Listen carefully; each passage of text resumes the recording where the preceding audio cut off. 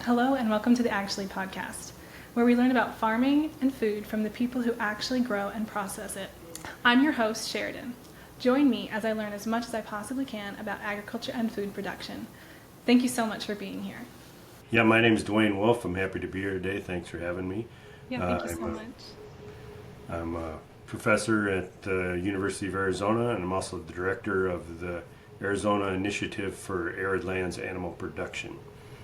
Okay, so will you give us a little bit of your background and how you came to work with the university? Yeah, well, I grew up, my whole life has been in the beef and meat business and industry. I grew up on a family cattle ranch that my dad started in Minnesota, and so spent, all my childhood growing up there on the farm and ranch, and then I went to school for animal science at South Dakota State University, and then I went on for my PhD at Colorado State University. And then I worked in industry some intermittently there and during my education. So I worked in the meat industry. I worked for IVP, which is now part of Tyson, and I worked for John Morrell, which is now part of Smithfield Foods in pork, and IVP was in beef.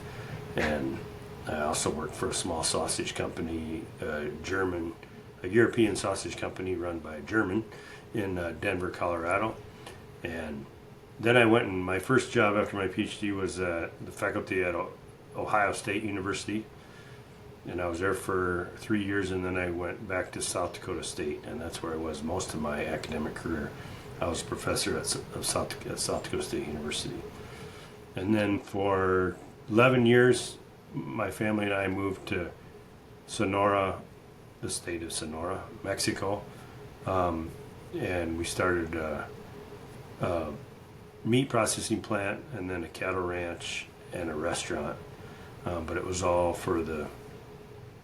was with the mission to do job training and provide opportunities for underprivileged youth. And so we did that for 11 years, and now for 4 years here I've been at the University of Arizona. Okay. When you say your family, is that like you and your wife and kids, or Yep. is it broader family?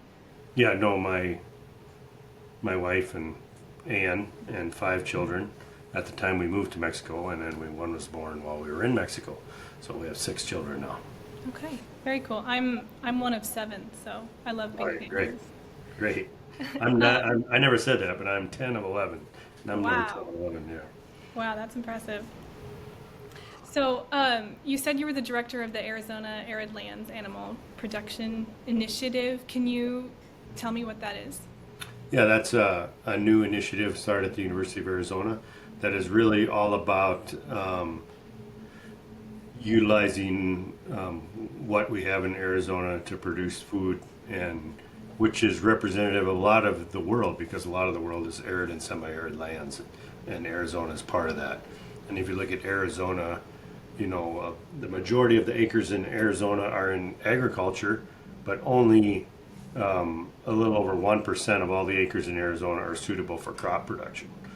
So most of the agriculture land in Arizona and all arid lands is rangeland, and that's really suitable for the best way to produce food off of that is with ruminant animals, because ruminants can digest cellulose because they have a rumen and trillions of bacteria and microorganisms living in that rumen that can break down cellulose, and they can make protein and fat and things out of that. If we ate the things they ate, we would starve to death. Right. Because we don't have the enzymes or the microbes to digest it. But a ruminant can take the plants on the rangeland and convert it into food for us. So it's all about making that sustainable, making that more efficient, making it, being able to utilize that as our population and demand for meat grows. Yeah, that's really cool. I didn't think about the fact that a lot of land just on the earth in general is arid and not very suitable for farming. Yeah, most of the land in the world cannot be used for crop production, and that's why ruminants, cattle, sheep, goats, deer, bison are so vital to a lot of the cultures around the world to live, because they utilize the resources that we can't. Yeah, and probably not only utilizing the resources, they also refertilize and put back into that land to make to continue the production. Yeah, besides producing food for us, they're good for the land. They're put fertilizer in the land, help with soil health, but they also help with fire production. I mean, if we don't have grazing, we have a lot of fuel out there, and especially in arid lands where it's really dry and brown most of the year, and we have a lot more potential for wildfires and catastrophic loss and environmental damage and all the things they cause. Yeah. So this initiative, is it something that, I guess I'm not super familiar with how like universities work. It's not a major, right? Can you explain like how people can get involved in the initiative? Yeah, no, it's all up. So we're a land grant university. Are you familiar with that? Yeah. Okay, so a land grant university has 3 missions, one of which is teaching and teaching our students on campus. But that's just one of our 3 missions. The other is research, and the other is extension or outreach, or communicating knowledge out to the people that are not on campus, like producers and consumers. So the initiative is about all 3 of those things. It's about teaching as well as research and extension. And so part of the initiative is that we have 2 new facilities coming online. One that are in construction. One is still in the design phase, and one is nearing the end of construction. And that is, we're renovating our food product and safety lab, which is our meat processing facility on campus. And so we're renovating that and expanding that. And it's going to be modern, it's going to be larger, it's going to be really good for all of our missions, teaching, research, and extension. And then we're also in the design phase and getting ready to start construction on a cattle feeding facility where we can do research like measure feed intake, rate of gain, emissions, and as well as use that for teaching. So that's all part of this initiative. It's really, a lot of it is around those 2 new facilities as well as existing facilities that we have for animal production. But as far as the major, so we have an animal science major. So animal science is what a student would take, is the major that a student would take if they're interested in animal production or meat animal production, or even non-meat animal production, but food animal production and others. Okay. So I had some family members come and take, I don't know if it was a course or just like a one-off class about butchering with you. Can you explain, like, did they have to enroll to the college to do that, or is it something that's open? No, so we also have some courses that are called continuing education courses, or they have another word in there too. I can't remember what it is offhand, but yeah, and that's part of our outreach mission, because where we teach people outside of the university. So yeah, one thing we have going on right now is we have a USDA grant to help train more people in meat processing, because there's a real shortage of those skills right now. And so yeah, we had one course so far last year, and now that our meat lab is shut down for 12 months, we're not doing it right now, but hopefully start that up in 2025. And that's open to the world. You don't have to be from Arizona even. I mean, that's open to anybody. That's cool. Will you explain a little bit about the process of meat production? So beef production really goes through a series of segments and takes a few years from the time an animal the genetic conception of that animal until it actually reaches the consumer. So it's a long, highly involved process that has many steps. But the first step is what we call the cow-calf step, which is the ranches, which we have a lot of in Arizona. So that's people that have, ranchers that have cows out on the range. The primary input to that whole stage of production is grass and forage that's growing on the lands that we already talked about, lands that can't be used for grain or any other food production. They're only can be utilized by ruminants. So that's the majority of the nutrient and natural resource input that we have in beef production happens at that cow-calf stage in the form of grass and forage and cactus flowers and mesquite pods and all the things that are out there that cows can eat and we can't. And that's called the cow-calf segment or the ranch segment, where the cows get pregnant and they have baby once a year. Cow's gestation is 9 months, same as humans. And so typically you want, if for a highly efficient ranch, you want them to have a calf once a year. So they're 9 months pregnant and 3 months not pregnant.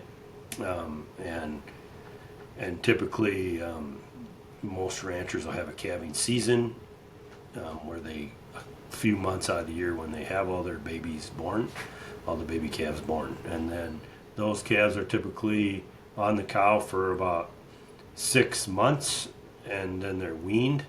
And then even before they're weaned, they start eating things besides milk. They start eating grass. They start grazing along with their mothers. But then when they're weaned, then they go off of milk, and then they go into a growing phase. So they're about 6 to 7 months old when that happens, and then they're usually grown, still usually on a high forage diet, often still on grass, or could be harvested grass like hay, or it could be on the range. But they'll need more protein at that time because they're not getting the milk, so they need to be supplemented usually with some more supplements, but typically still a forage diet till they're probably a year old or so. And then they're usually going what we call the finishing phase, and that is when they have more rapid growth and they need more energy, they need more protein. So depending on where that's located, the feed could differ depending on what's available and the market situations. But ruminants are highly adaptable to different types of feed. So if you're in Idaho, Washington area, a lot of those cattle are fed potato waste. And if you're in California and such, a lot of them are fed like vegetable waste.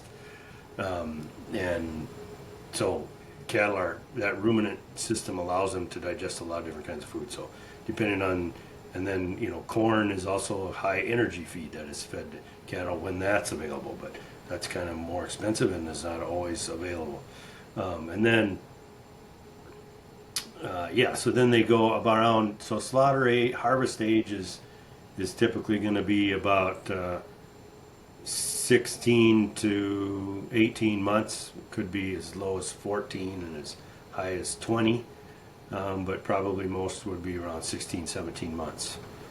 And when they're at their point in the growth curve, where muscle growth is slowing down, so fat growth is speeding up, and fat growth is a lot less efficient than muscle growth, so we don't want to keep feeding them and pouring nutrients into them when they're no longer efficient. So there comes a point when their when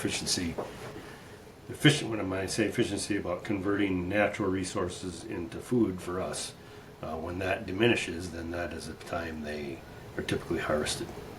Okay. So after the animal has reached the age of harvest, then what does the process look like? So then the process of harvest is, I don't know how much detail would you like me to go into? Well, some people like a lot of detail. Okay, all right. So, the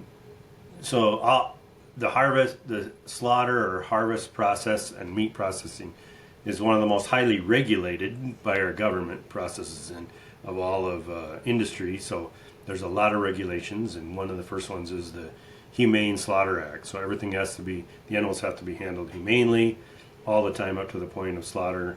They have to be given water. They can never be deprived of water. They cannot be deprived of feed for over 24 hours. And then they have to pass inspection. So USDA, United States Department of Agriculture, is in charge of inspection, and they check the animal antemortem inspection, which is while they're still alive, to make sure they're not diseased and they're able to walk and they don't have neurological disorders, which things you can observe on a live animal.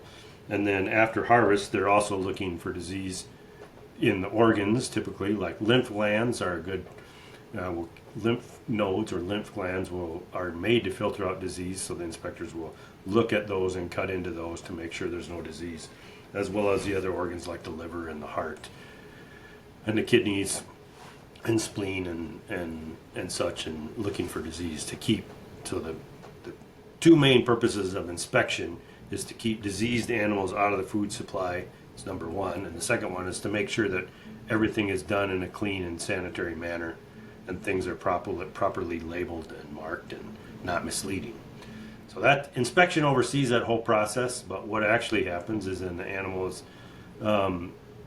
is first stunned, which means it's rendered unconscious instantly. So in cattle, that's usually done with captive bolt, which is a mechanical force right to the brain, and that is instantaneous unconsciousness. And then after that is called sticking, which is actually bleeding, severing the carotid artery and jugular vein where blood is removed, and therefore the animal dies from a loss of blood.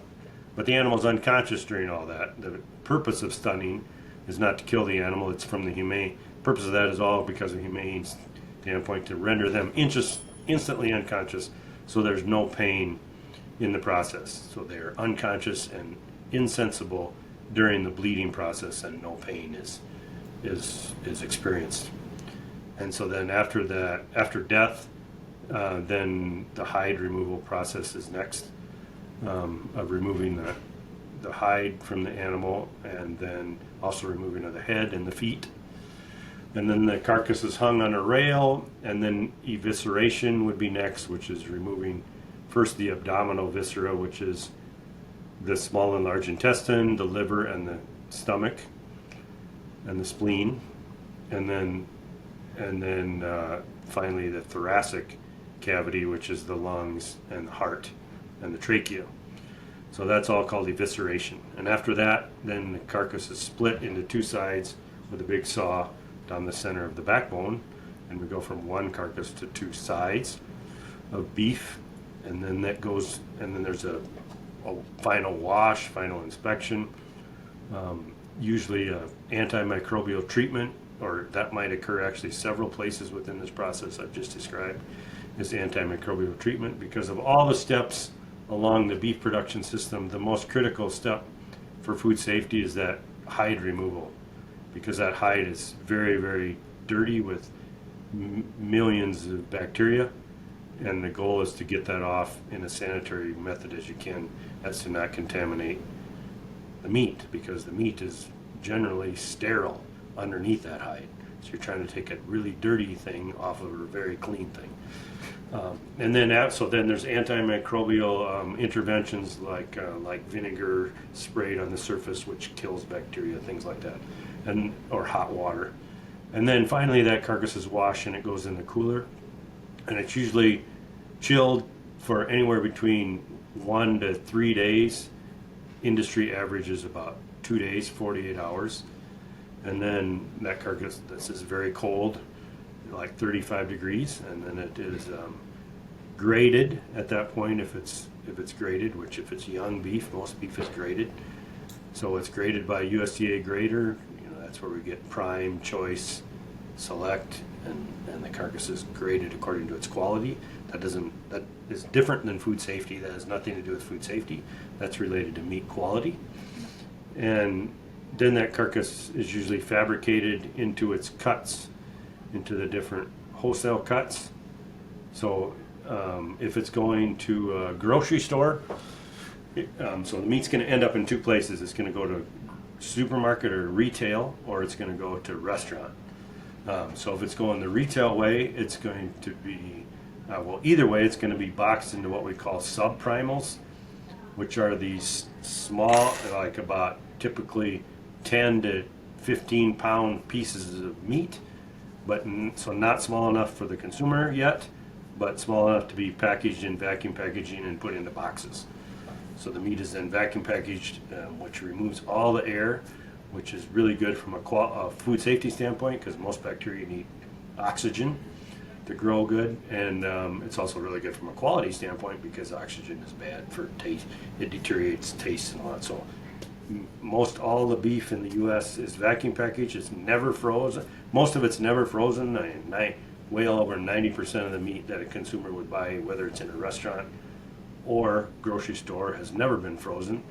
We have a very efficient system of beef distribution because of vacuum packaging. Vacuum packaging was invented in the 1970s, or probably before that, but it really came into the beef industry in the 1970s and really changed how we market beef and improved quality and reduce food waste.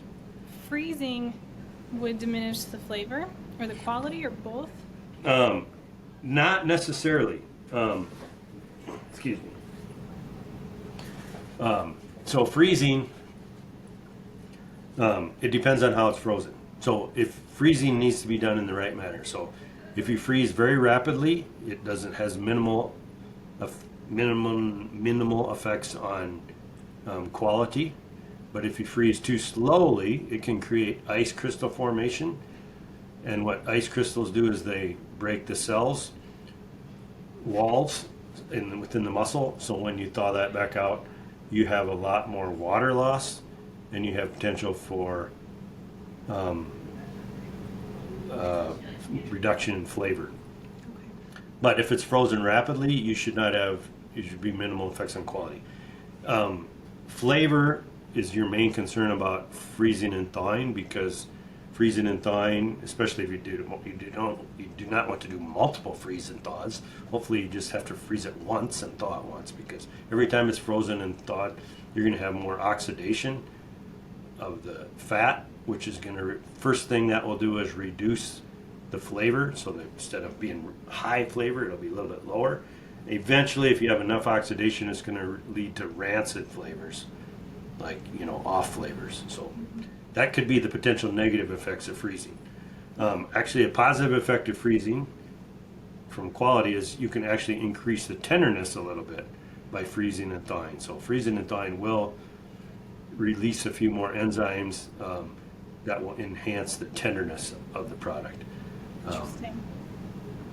So Flavor is the thing you want to be concerned. And then the other thing that's important for freezing is packaging. So if you have any of the meat exposed to air while it's frozen or during the freezing process, you can have freezer burn, which is dehydration on the surface, but you can also have a deterioration of flavor. So, okay. So my husband and I get a quarter of a beef at a time, and we just put it straight into the freezer. But is that going to affect the meat? So you're getting it, is it already frozen when you get it, right? I'm trying to remember. It's been a while. No, I'm assuming. I think it was. Yeah, so if it's a processing plant that's doing things right, they're going to put your meat in the freezer, spread out. There's going to be, they make these special freezer shelves that are that are wire, so the air can flow through, and your meat is put in the freezer and it's frozen very rapidly. Once it's frozen, then it's packed in a box, and then it can go into storage, and you don't need a lot of airflow. But during that freezing part, you need a lot of airflow in order to keep good product quality. So I'm assuming that wherever you're having your meat processed is freezing that rapidly before they put it in a box. So what you don't want to do is have a whole bunch of meat that's not frozen and put it in a chest freezer or somewhere without much airflow and think that's going to freeze 100 pounds of meat. it's going to freeze 100 pounds of meat, but it might take about 5 days. Oh, And during that time, that's really not good to do slow freezing. So home freezers are not made to put a lot of raw product into and freeze it. Industrial sized freezers that you would have in a meat processing facility would have a lot of air movement and wire shelves instead of solid shelves, which would allow for a lot faster freezing. So as long as it's frozen when you get it, it's fine. Or as long as you're not freezing too much at a time. If a consumer buys a small package of meat in the grocery store and changes their plans, so they decide to freeze it, a home freezer will do okay with 1 or 2 packages at a time. But it's not built to put in 50 pounds of meat at a time to freeze in a home freezer. Does that make sense? yeah, it's good to know. Yeah. So the other thing, while we're on this subject, that's really important for consumers to know is packaging. So I was telling you how the process works when it leaves the packing plant. The meat is in these large pieces called subprimals, and it's vacuum packaged and put in boxes, and then it goes to a Safeway or Fry's or any grocery store, and the butcher there will open up the box, and they'll cut open that vacuum package, and then they'll cut that into steaks, and then they'll wrap it in a styrofoam tray with a different kind of film that's designed to allow oxygen in. Whereas in that vacuum package, that's designed to keep oxygen out. The film they use in the store on the styrofoam trays is designed to allow oxygen in. And the reason it's designed to allow oxygen in is because that's what makes beef bright red. In the absence of oxygen, beef is like a purplish, darker, sometimes even brownish color that consumers don't like the look of. But it's actually better packaging to have it without oxygen. But consumers want bright red meat, so they wrap it in oxygen permeable film, which is fine, except that then it has a much shorter shelf life once it's in the presence of oxygen. So after about a week or 10 days in the grocery store, if it doesn't sell, they have to mark it down in the manager's discount bin, and if it still don't sell, then they throw it away. So a consumer that buys meat in that type of packaging is designed to be used, really is not designed to store meat for a long time. And it's certainly not designed to freeze meat in, because remember I said when you freeze meat, you don't want air. And those packages are designed to allow air in. So that those styrofoam wrap trays that you buy in the grocery store are the worst thing to freeze meat in your freezer at home, because the meat will, the flavor will deteriorate, it will freezer burn rather rapidly, and it's therefore better to wrap it in paper or put it in a Ziploc and get out as much air as you can, or vacuum package it. If you buy you can buy these home style vacuum packagers. And that would go for any kind of meat, right? Chicken, pork, Yeah. Yeah. Any kind except chicken is often sold vacuum packaged. Anytime, any kind of meat that's sold in those overwrapped packages, which is most commonly used in beef, because beef has the most myoglobin of any meat. Myoglobin is what gives meat its red color. And so myoglobin is an oxygen binding protein that's high in iron. That's why beef has a lot of iron, a lot more than chicken, because it's all related to the myoglobin. So the more red the meat is, the more iron it has. But that myoglobin changes color in the presence or absence of oxygen, just like the hemoglobin in your blood. So in your blood you have hemoglobin, goes to your lungs, picks up an oxygen, goes around your body, drops it off, goes back to your lungs, gets some more. That's the function of hemoglobin in your blood.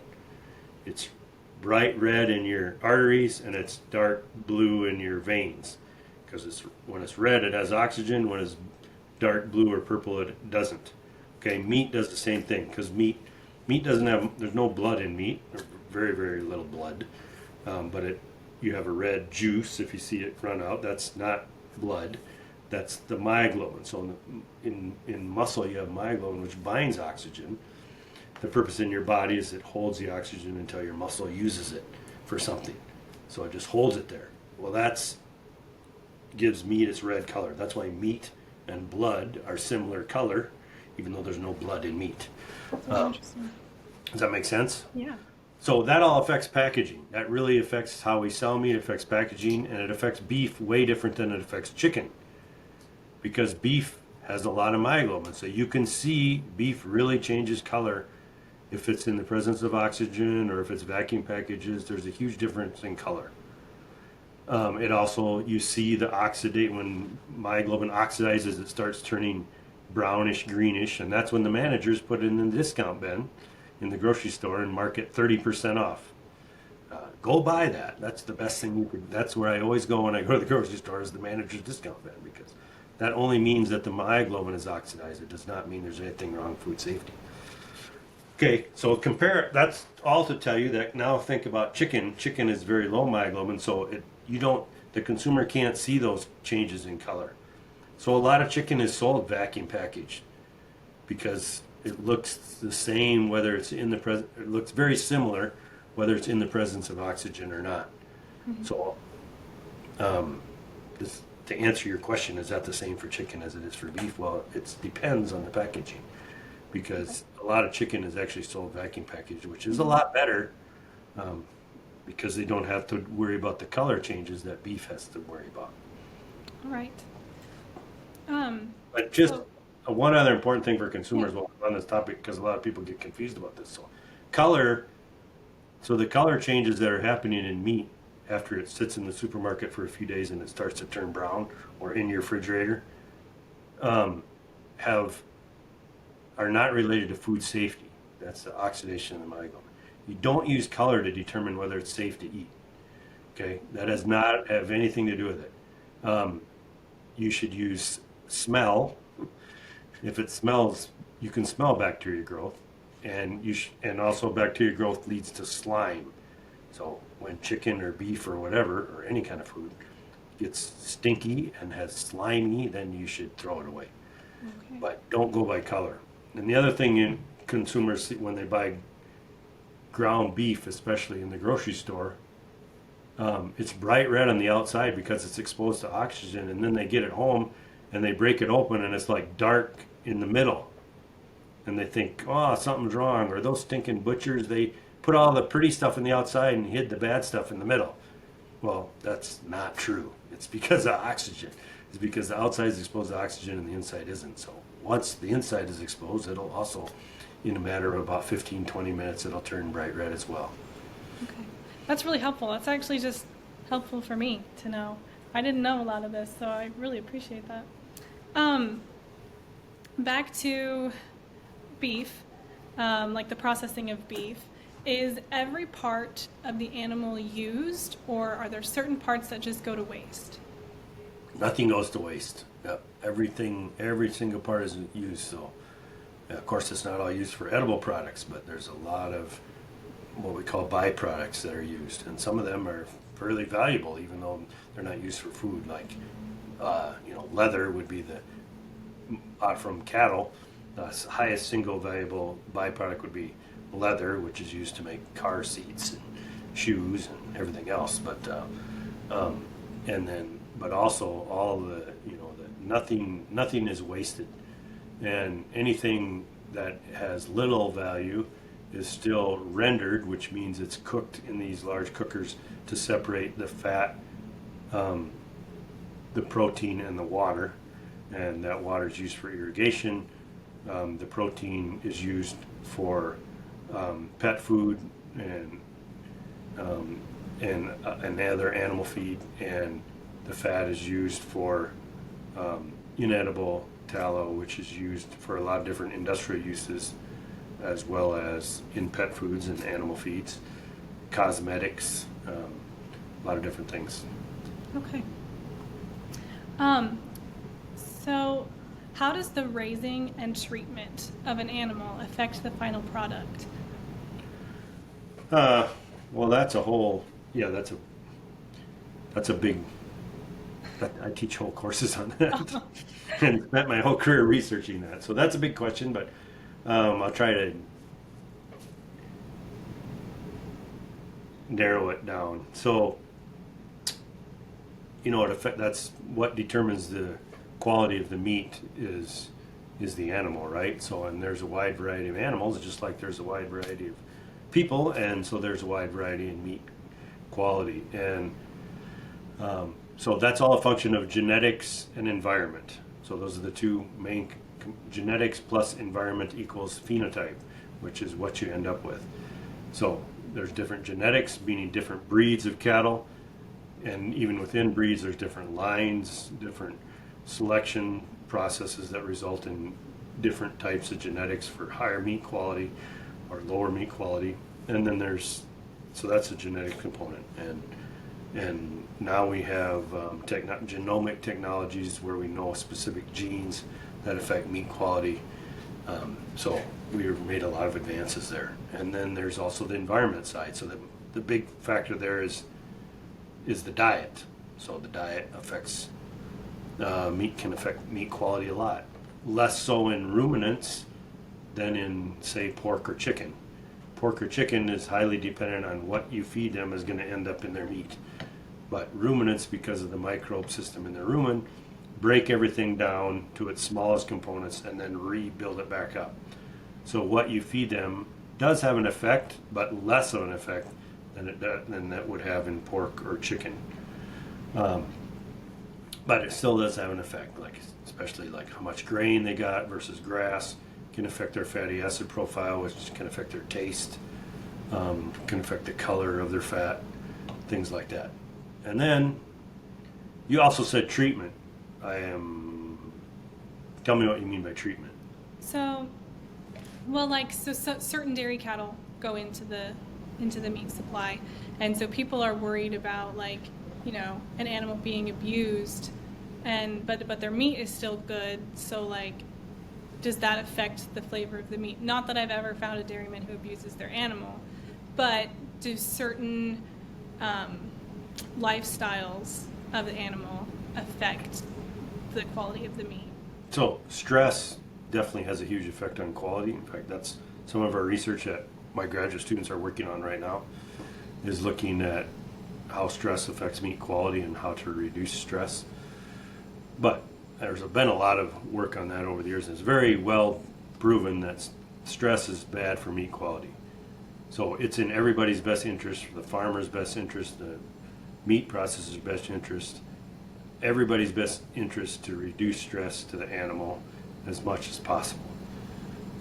So that especially is within the last 7 days prior to harvest.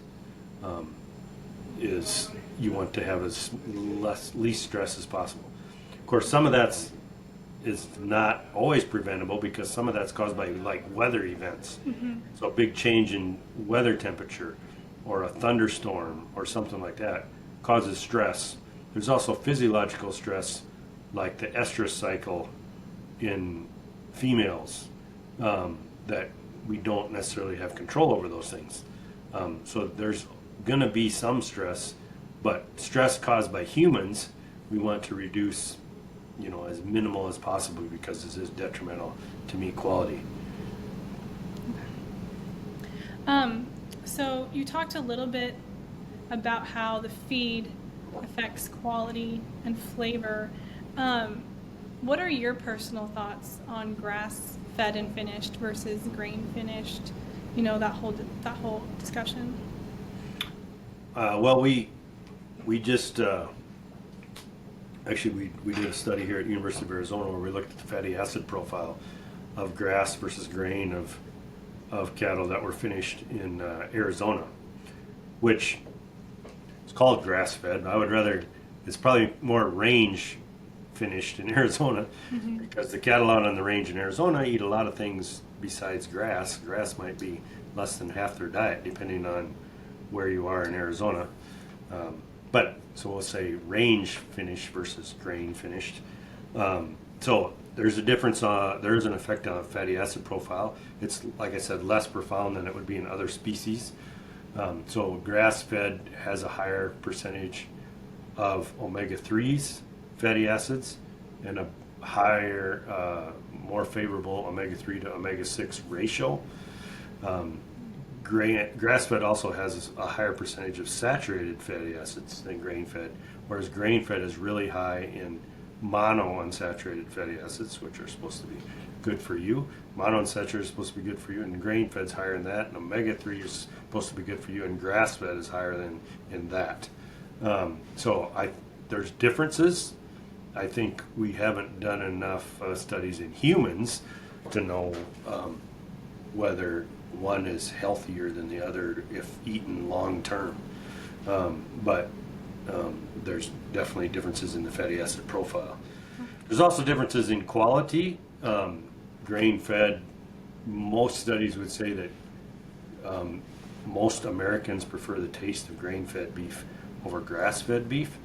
But I also will say that, but then there was another study like done with Australian consumers, and Australian consumers preferred the taste of grass-fed over grain-fed because that's what they were used to, and Americans are used to grain-fed.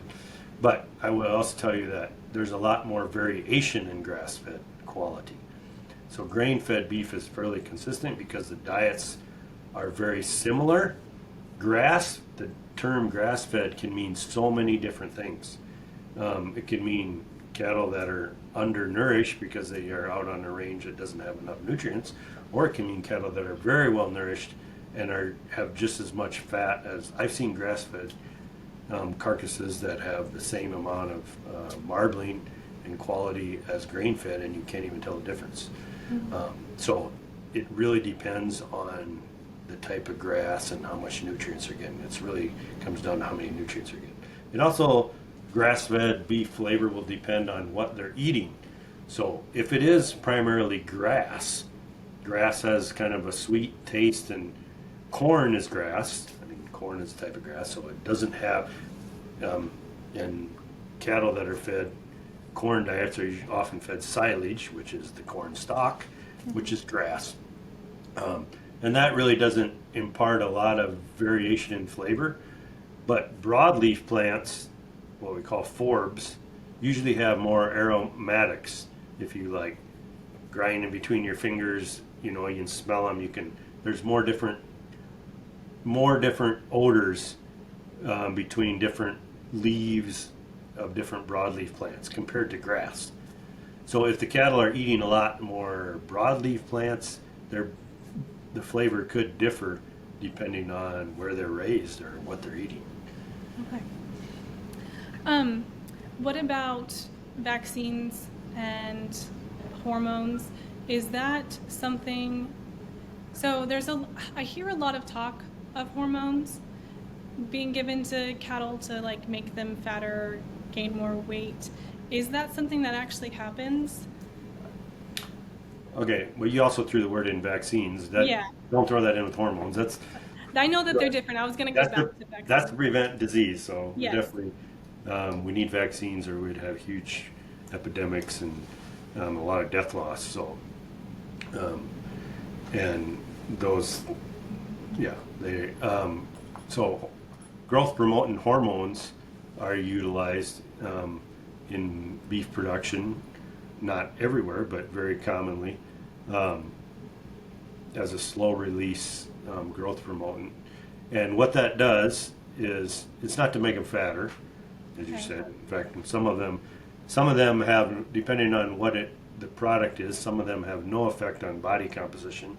Some of them may make the meat leaner, but none of them would make the meat fatter. Okay. But what they do is they make the animal more efficient, so there's less input per pound of meat produced.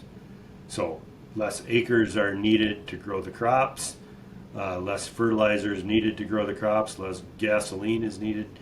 They eat less feed per pound of meat produced, so the impact on the environment is lower per kilo, per pound of beef that's produced, and they increase efficiency. There is really no proven detrimental effect on human health, because the residue that's there's not like an antibiotic that would leave a residue in the meat. Okay. All right. So, and like with vaccines and antibiotics, there's always the withdrawal period right? Where you have to Right. wait until it's out of the system before they go into the meat supply. Yeah, with antibiotics, there's a withdrawal period that makes sure it's out of the system. Whereas with hormone implants, there's no withdrawal period because it's not really affecting the meat. Okay. All right. So do you know why it is that 85% of meat processing, at least here in America, is monopolized by Tyson and Cargill, National Beef, and JBS, like just those 4 companies? Is there a reason? Is it economics? Is it a lack of butchers? It's economics. So it's meat packing has traditionally been a high dollar. It costs a lot of money to buy to buy animals, and a low margin business. So in a high dollar, low margin business, it's very difficult for a small company to compete against a large company due to the efficiencies of scale. So back in 200 years ago, there was probably a lot of small butchers, and you drove the animals to town, and they were butchered in each town. Before railroads, they were butchered in each town, and you drove the animals there, and then that was the meat for that town, right? But with the invention of railroads and way to transport things, it was much more efficient to have a large company could do it much cheaper and much faster and with less labor per animal than a small processor could. So just due to the laws of economics in the free market system, it made it very difficult to compete in that system unless you were really big. So the way to compete in that system is to have not a commodity product. So if you're selling a commodity, just regular beef, and you're selling it for the same price, if you're buying cattle for the same price that Tyson and Cargill are, and selling meat for the same price that Tyson and Cargill are, there's no way you can do that near as cheaply as they can. And there's no way to compete.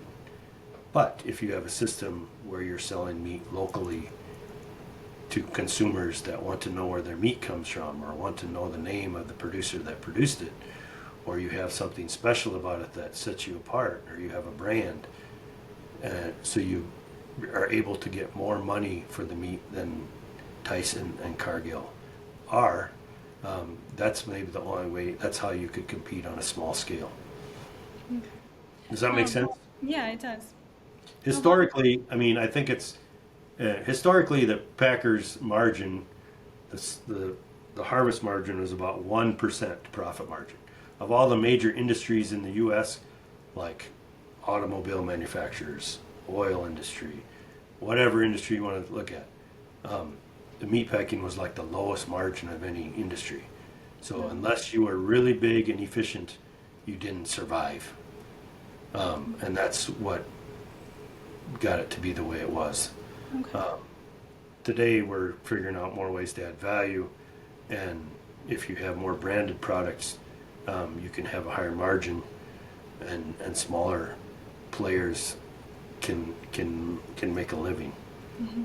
Do you see this system continuing with just these big companies, or do you think in the future it'll change more where smaller competitors can actually compete? So I think what we're seeing happen, and what will continue, the trend will continue, is a more segmentation of product. So in the past, beef was a commodity. So beef was beef. You have choice, you have prime, you have beef, and it was sold the same price everywhere, and whoever could do it the cheapest made the most money and survived. And if you couldn't do it cheap, you didn't survive. And that's why it got to be the way it is. But today, we're seeing more brands, we're seeing more individual customized products, and I think that trend will continue, where people can actually buy from a particular rancher, a particular breed of cattle, all those individualized, where beef is not just beef, but there's a lot of different kinds of beef. And in that type of system, there's going to be the need for smaller, that a large packer cannot handle all those different types of products. So that's a niche for smaller processors to be involved in and to have their part, and especially in local food, like consumer, in Arizona we have like almost 8 million people, over 7 million people, right? And we have 200,000 beef cows and 200,000 dairy cows. We could easily eat all the meat we produce if we had the way to process it and get it to the consumer. So there's that opportunity there for local production that could survive on a smaller scale. But consumers will have to pay more for that because it won't be as efficient. It won't be as efficient as Tyson and Cargill and JBS doing it, because they can do it for so much cheaper. Right. They can take a lot smaller slice of the pie. As you go from the cost from the farmer to the cost to the consumer, everybody along that step has to make a profit to survive, because those packers are really huge. They take a smaller slice of the pie than if you had a whole bunch of little packers. So if you do have small packers, you have to be able to have segments that are willing to pay for a premium product, which we do now more than ever. We have people that want locally produced food. We have people that want to know where their food come from. We have people that want to know a face and a name of who produced it. So we have those opportunities more than ever. So I think we're going to see a continued segment where beef is not just beef. There's still going to be big packers that are producing, because there's a lot of population, percentage of population that is can't just spend money however they want, right? People, and food is expensive today, and beef is expensive. So there's a lot of people that need it produced as cheaply as possible to survive and feed their families. So that segment will be there. There's also opportunity for smaller processors and producers to survive by producing something special for that segment of the population that is willing to spend on it. So you're going to see that segmenting into different types for different consumers. All right. A lot of people say that beef bought locally tastes better than beef like straight from the grocery store. Why do you think that is? I'm a researcher, so we should do a research project to answer that question. Okay. Because I really don't.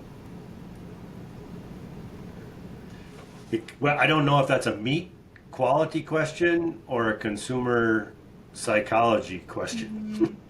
So that's why I don't know the answer to that. Okay. Because you're saying a lot of people say that, and so my question as a scientist would be to determine if it's in fact true. And I can't say that. I mean, there's reasons to believe why it might be. I mean, it could be. It's spent less time in the marketing channels, but today's delivery system is so fast that even in a grocery store, that meat is probably only 2 to 3 weeks from when that animal is harvested anyway. So I'm not really sure that is the reason. The attention to detail that you might get on a small processor, but I can't answer that question. I can make guesses why that might be, but I don't know. We should do a study, figure out if local beef is really better than beef from the grocery store. Yeah, we should do a study. Do you have anything else that you'd like to add to tell consumers about the beef process? Do you have any more questions for me? I don't know. I can talk about meat all day long. So we just scratched the surface. So all right. Well, it's been an hour, so maybe we should call it. But I really appreciate you taking the time to share all this information with me, and it was really interesting. Growing up in farming, I know a little bit, but I love being able to talk to people and hear like so much more in depth, all of this information. Like, I didn't know that the meat in the grocery store was red because of oxygen. That's really cool to me. So I really appreciate that. You're welcome. Thanks for having me. Yeah.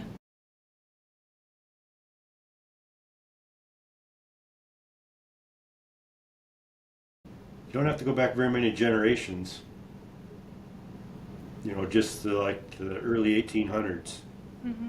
How many generations is that? My dad was born in 1940, and his dad was probably born in 3 or 4. 19. So maybe like 3 or 4 generations, when 90% of the world was involved in producing their own food, or producing food. Yeah. And now, Yeah, even just had a garden. now in town. 1%, 1.5% or something. Yeah. So people are so disconnected from their food, and people fear the unknown. They do. Familiarity lessens fear. Proven fact. So people are scared of what they don't understand. People don't understand food production, so they're scared of it. They think all food producers, large companies, they're all just out for nothing other than themselves, and they don't care about consumers or food safety, and they'll mix whatever they want to in their food. And Yeah. it's crazy the things people are scared of today. Yeah. Even though we have the safest food supply, we have the most regulated food supply in the world, we have the safest food supply in the world, we have very few people dying from foodborne illness compared to the rest of the world, and yet people are scared. Or what's the life expectancy in Africa? It's like in the high 30s or something, right? Yeah. As a continent, and it's because of food, right? And since from late 1800s to the late 1900s, in 100 years, we increased life expectancy in this country from around 50 to like almost 80 years old now. Life expectancy has increased like 30 years because of advancements in medicine, but also in food production. But now those technology advancements that we made are what people are scared of. And they want to go back to raising food the way we used to raise it. Yeah, which isn't always the best. Right. And also, they would have to pitch in.